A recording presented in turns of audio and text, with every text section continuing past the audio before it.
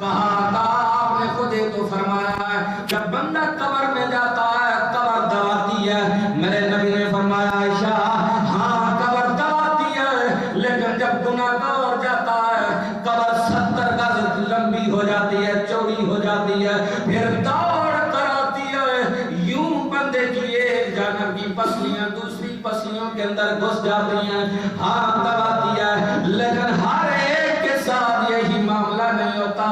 آقا پھر دوسروں کے ساتھ کیا معاملہ ہوتا ہے؟ میرے نبی نے فرمایا یہ معاملہ تو ہے گناہگاروں کے لیے یہ تو ہے اللہ اور اس کے رسول کے غداروں کے لیے.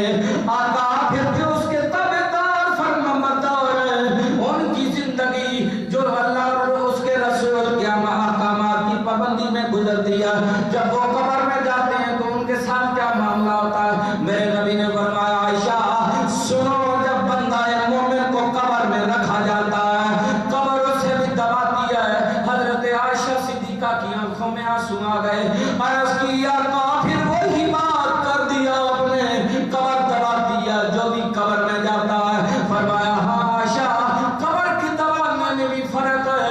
گناہگار جاتا ہے لمبی چوڑی ہو کر دوڑ کر آتی ہے ایک جانب کی پسلیاں دوسری جانب کی پسلیوں میں گھس جاتی ہیں لیکن جب بندہ مومن جاتا ہے قبر اسے یوں دباتی ہے جس طرح ماں پیار سے بچے کو لے کر گود میں دباتی ہے. سبحان اللہ. یہی معاملہ ہے. اللہ کی قسم ہم نے قرآن پڑھنا چھوڑ دیا نماز پڑھنا چھوڑ دی دن رات جھوٹ کے دھندے میں پڑ گئے شاید اس لیے کہ ہم نے مرنا نہیں شاید اس لیے کہ ہم نے جنازے پڑھنے ہیں کبھی ہمارا جنازہ نہیں پڑھا جائے گا.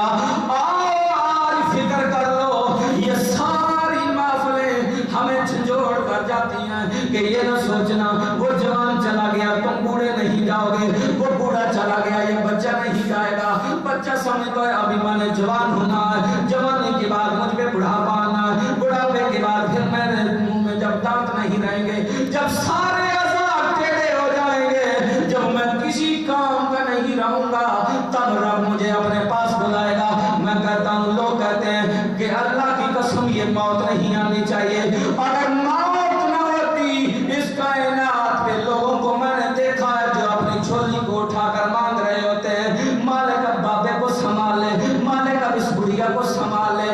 یہ رب کا کرم ہے جس نے اتنی عظیم نعمت موت جیسی دی ہے جب کوئی نہیں سنبھالتا رب اسے اپنے پاس بلا لیتا ہے. بلانے کے لیے کتنا پروٹوکول رکھا جاتا ہے. ساری زندگی امام کے پیچھے کھڑا رہا جب وہ روح نکل گئی جب کوئی سنبھالنے والا نہیں رب نے کہا پہلے تو باپ بیٹا تھا تو کسی کا چاچا تایا تھا لیکن آج تو میرا مہمان بن کر آ رہا ہے. میں تمہیں نہلاؤں گا بھی میں تمہیں غسل دلاؤں گا میں تمہیں نئے کپڑے پہنواؤں گا میں تمہیں خوشبو لگواؤں گا